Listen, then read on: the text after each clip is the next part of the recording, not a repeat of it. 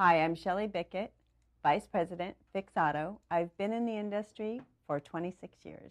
Hi, I'm Marcy Teeger with Symphony Advisors, and I have the pleasure of interviewing Shelly Bickett of FixAuto today. Shelly, tell me, have you had any mentors in the industry? You don't need to tell out their names, but tell us what role these people played and what kind of mentorship did they give you? Well, I had, both of them came from male-dominated, right? Well, in our industry, it's typically male-dominated. And they were both leaders and managers and helping me just deal with the day-to-day issues, but then also helping me deal with a lot of different business scenarios that I'd never faced before. And the second one I had, which was in the industry, she remained, well, I call her a friend too and a mentor, probably until the last 5 years ago when she moved out of the area. What way do you think that you provide mentorship? Mentor to a few people, you've said some people on your team, some people outside of your business. In what way do you think that you have served as a mentor to others in terms of what kind of things are you offering? Well, first I think helping to listen to them, to what they're struggling with at the time. And mentoring, the way I see it, is, you know, we've just got age and experience that they don't have. And so listening to them, hearing their struggles, and then assisting them with the different scenarios that may be available, whether it's dealing with, you know, people or whether it's just exactly business case. Some of us like to kind of think that we've come a long way, and yet there was a study, this Forte study of women between the ages of 22 and 29. So these are people like our daughters. Well, you've got your daughter who's a senior in high school, and then your older daughter, remind me, how old is she? 23. So thinking about this study of these women between 22 and 29, and all of these women are women in business, about 95% of them still felt, from their view of things, that there was still an old boys network. And these are all various businesses. This was not limited to the collision industry. So, Shelly, is there still an old boys network? You know, I don't really experience that, the old boys network. I do think it was around before, and I was kind of surprised to hear so many young women do. So, you know, here you are today, and you're not seeing it as much, but let me ask you about 20 years ago, okay? You were 20 years more junior to who you are, and it was a different time. How much of it, I mean, what would you have said 20 years ago, do you think, about that? I would say, yes, there was. And it might be somewhat maturity or where you've, what plateau or where you've reached in your life. What characteristics or attributes do you see in yourself that you think have helped you advance?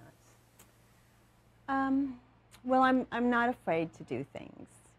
And I always trust that the right things will happen, and I believe a lot in surrounding yourself with the right team of people, and I believe the skill sets of a team are much stronger than just you and I's individual talents and skills. Recognizing what you said, that, you know, with a team of great people, you have the benefit of different skill sets. When you are part of a group, whether you're leading it or just a member of a group, do you admit your weaknesses in those settings? Yes, yes, I do. Yeah. But I do find that you don't find that a lot with men.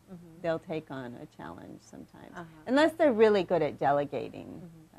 So what attributes or characteristics do you feel that if you had to do it all over again, or if you could kind of, you know, take a sabbatical and go and work on it and come back, what would you work on improving? Well, one thing I think is if I could go back to the beginning, I think communication is really important, and I don't believe I understood how open communication was so important when I was younger. Do you think men and women lead differently, and what are the dominant themes that you see in the way men lead and the way women lead? Women tend to be more caring, wanting to get to know and make sure that you have a personal knowledge that they care about the overall well-being of whoever they're leading, the whole entire team. And men tend to be kind of like our, we generalize and think about our fathers 30, 40 years ago. More bottom line. More bottom line, more.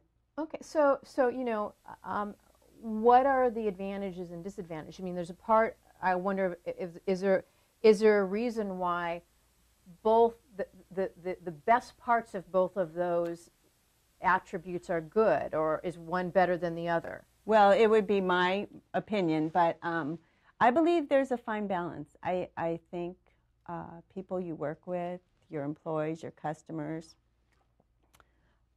need to know that you care about them and you care about their well-being and you care about the whole group succeeding, whoever they are.